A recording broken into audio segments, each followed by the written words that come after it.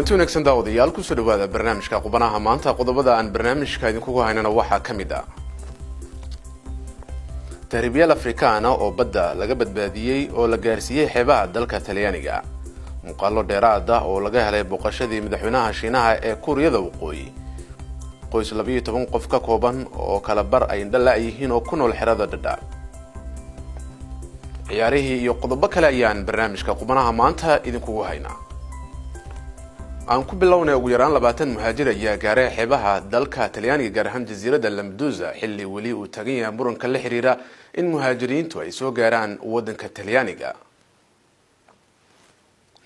muhaajiriintan ayaa ka yimid Tunisia waxaana laga soo dejiyay doon yar iyagoo lagu wareejiyay mid kale oo ay leeyihiin ciidamada booliiska dalka Talyaaniga kuwaas oo la geeyay jasiiradda Sicily galkii dambe Jimcihii dadka deegaanka ayaa kaniisadda jasiiraddaasi isugu yimid kuwaas oo dadka u qaybinayay bustooyin iyo agab kale isla mar ahaantaasina u muujinayay niyad wanaag muhaajiriintaasi oo ku naganaa markab ay leeyihiin hay'ad Jarmalka laga leeyahay oo la yiraahdo Watch 3 markabka ayaa wali ku xaniban jasiiradda Lampedusa kadib markii ay soo badbaadiyeen 53 muhaajir oo la socday doon yar 12 Juun markaas oo ay marayeen meel 47 nautical mile u jirta xeebaha Zawiya ee dalka Liibiya waxaa loo diiday dadkaasi inay ka soo degaan markabka isla mar ahaantaasina ku soo xirtaan xeebaha dalkaasi ugu yaraan 10 muhaajir ayay mas'uuliyiinta dalka Talyaaniga soo dejiyeen si ay adeegyo caafimaad u helaan sida lagu sheegay amar uu soo saaray wasiirka arrimaha gudaha dalka Talyaaniga Matteo Salvini dadkaasi waxaa loo diiday inay ku soo xirtaan dalka Talyaaniga waxaana loo aqoonsaday inay halis ku yihiin ammaanka bulshada TV-ga dawladda Kuuriyada Waqooyi RT ayaa waxa uu baahiyay muuqaal dhameystiran ku aadan boqoshadii madaxweynaha dalka Shiinaha Xi Jinping oo dhawaantan ku tagay Pyongyang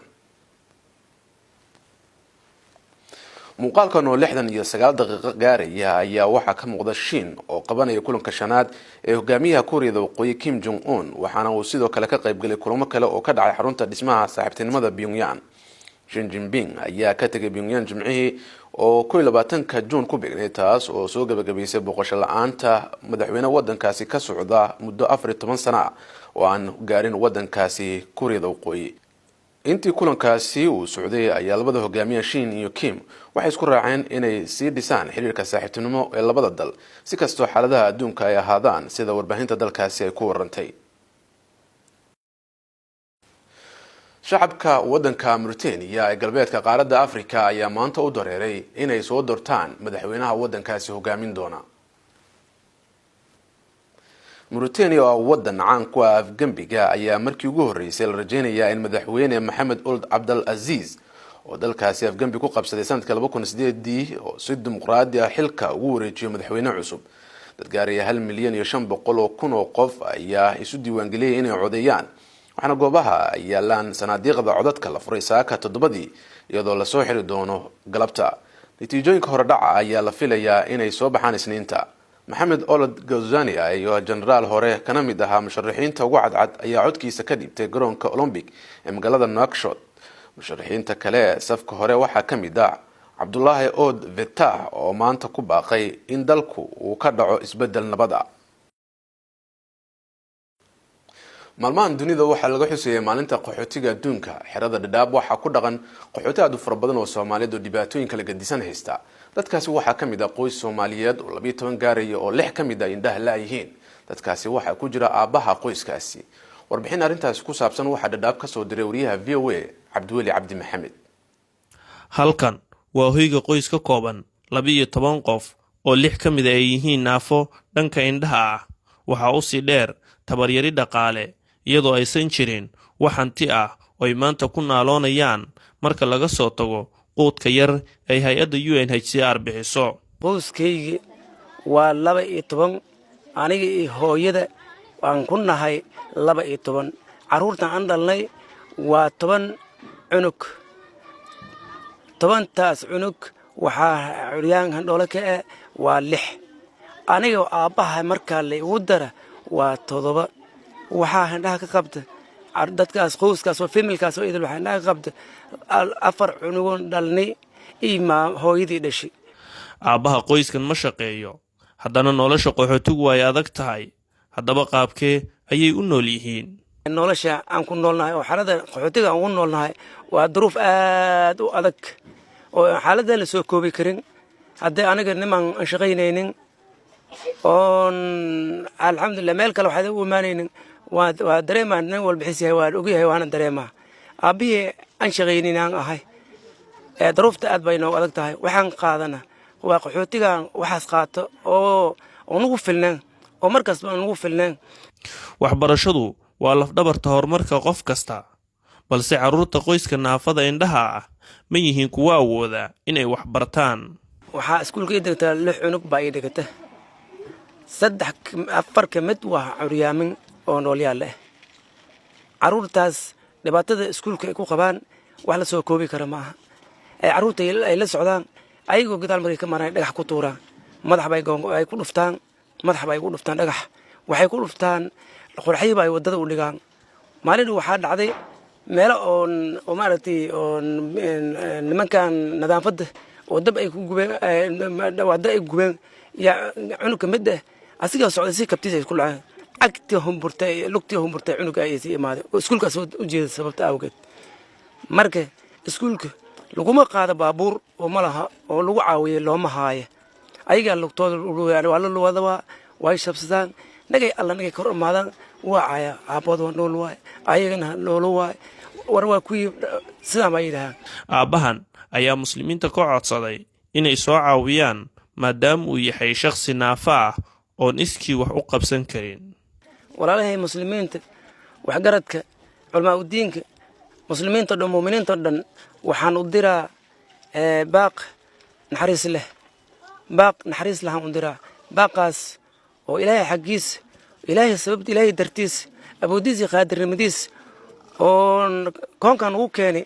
naxariistaas inay ii sameeyaan iigu kaalmeeyaan ilaahay dartiisa iigu kaalmeeyaan intay maqlays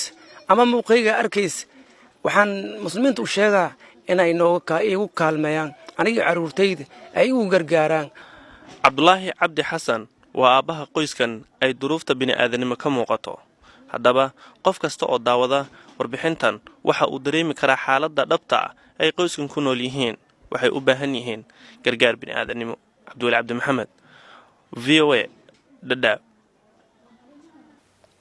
ugu dambeyntiina dalka Kenya waa dalka shanaad ee qaaradda Afrika ee ugu wax soo saarka badan dhinaca qaxwaha ama kafeega waxaana laga yaabaa in taasi ay isbedesho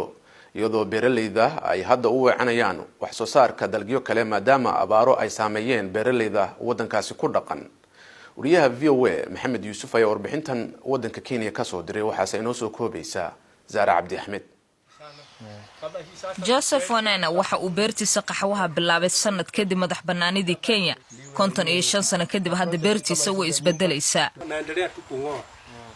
waan sharayaa uma baahni waxaan rabaa inaan qaxwa ka dhamaado beeraleyda heerka dhexe ee qaxwaha ama kafeega ee Kenya waxa ay xididada u siibayaan geedahooda qaxwaha ayaga oo ka cabanaya qiimaha hooseeya iyo qarashka badan oo uu ku kacayo ilaalinta geedka dadka sida gaarka ah ugu xiran beerashada qaxwaha iyo kuwa doonaya inay beertaan waa inay dalag kale oo u eg beeraan si ay wax uga helaan hadda kafeega kuma noolaan karno waxaan wax ka bedelayaa oo waxyaabo kale ayaan ku darayaa sida bocorka iyo geedo kale si dakhligayga uu kor ugu kaco Inkonya ayaa sheegay inuu mar walbaba la tacaalo cudurrada dhirta ilaalinta geedka kafeeguna uu qarash badan yahay qiimaha qaxwaha ee suuqyada caalamiga ah waxa uu hoos u dhacay ilaa 30 senti kiiladiiba haddii ay nasiib leeyihiin beeraleydu waxa ay 70 senti ka helayaan kiiladiiba warbixin ay soo saartay wasaaradda beeraha ee Mareykanka ayaa sii saadaalisay in wax soo saarka Kenya uu hoos u dhici doono sanadaha 2019 ilaa 2020 sabab la xiriira abaaraha qiimaha oo hooseeya iyo beeraleyda oo dalagyadaasi tijaabinaya waxa sidoo kale aan soo jeedinaynaa barnaamij kabisa oo 3 sano qaadanaya annagoo uga dan leh inaan beeraleyda ku caawino yareynta kharashka wax soo saarkooda ku baxa dib u habeynta qaybta kafeega waxaa laga yaabaa in dadka qaarkood ay soo daahdo Wanini ayaa waxa uu sheegay in waxa kaliya uu ku qanci karo ay tahay in qiimaha kafeega dunida uu kor u kaco si uu isna markaasi beertiisa u sii wato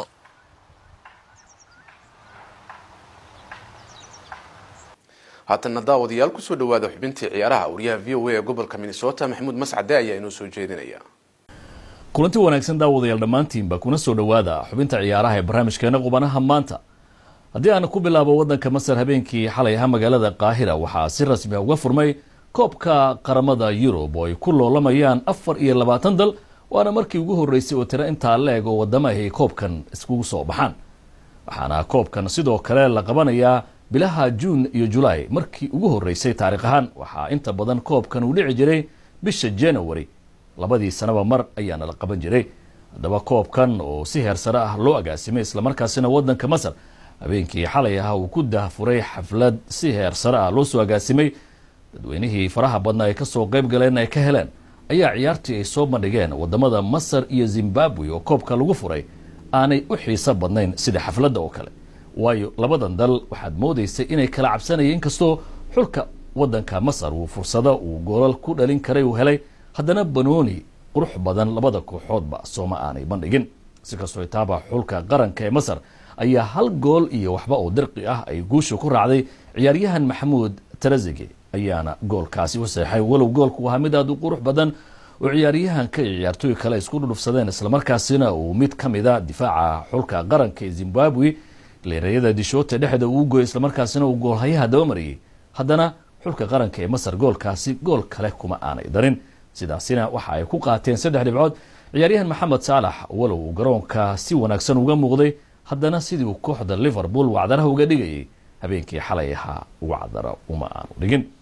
dhinaca iyo waddanka Brazilna koobka loo yaqaano Copa America oo qaramada Latin America ay ku loolamaan ayaa isaguna si xiiso leh halka uga soconaya. habeenkii xalay isna hal kulan ayaa la iskaga hor yimid waddanka Ecuador